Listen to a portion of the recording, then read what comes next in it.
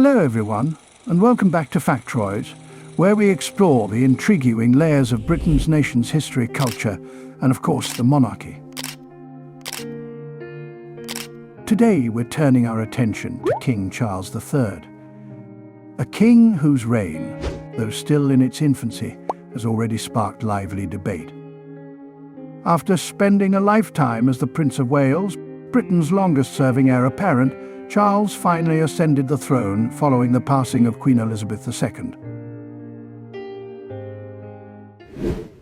But how is his leadership being received, and what does his controversial past tell us about the monarch he might become? Let's dive in.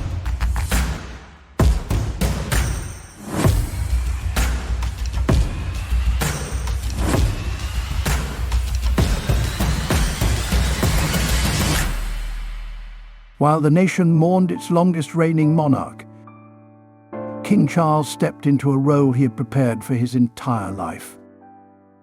Yet, as he works to solidify his image as sovereign, the road ahead is anything but smooth. Polls reveal that, despite a favourable view from older generations, Charles faces a generational divide. Among Gen Z, the monarchy's future looks, well, shaky.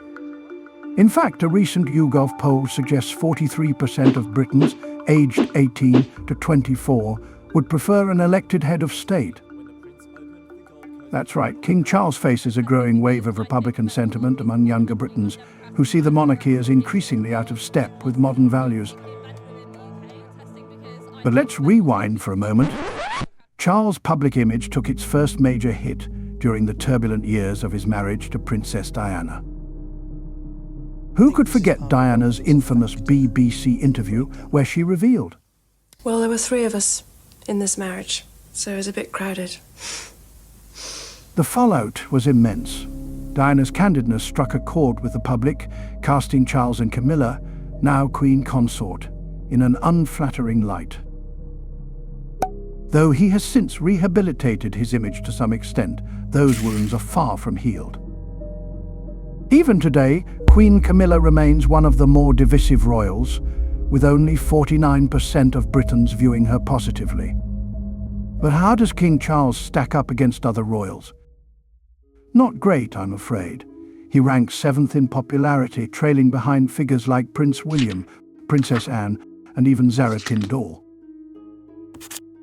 For younger Britons, the numbers are even more sobering. Among millennials, Charles ranks 12th. Then there's the matter of his so-called Black Spider memos, a collection of letters Charles penned to senior government officials, lobbying on issues ranging from military procurement to sustainable fishing.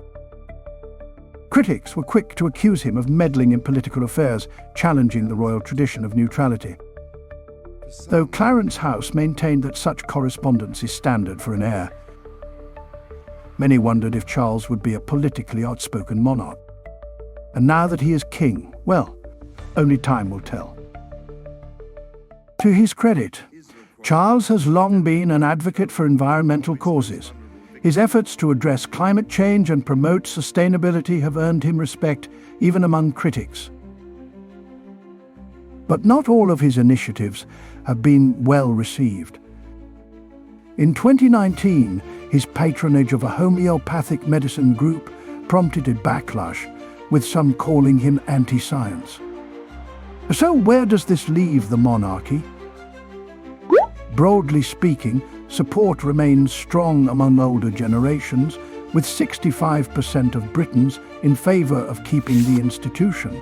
But for Gen Z, the tide may be turning. Only 35% of 18 to 24-year-olds want the monarchy to continue, a trend that could shape the future of the crown. As younger generations increasingly question the relevance of the monarchy, the royals face a steep challenge to stay connected to a rapidly changing Britain. Perhaps the future lies with William and Kate, who enjoy high approval ratings across demographics. Or maybe the royal family will look to the next generation, George, Charlotte, and Louis, to rejuvenate their public image. Whatever the case, one thing's certain: the royal family must evolve or risk fading into irrelevance. What do you think? Is the monarchy an enduring symbol of British identity? Or is it time for change? Let us know in the comments below. Until next time, cheers.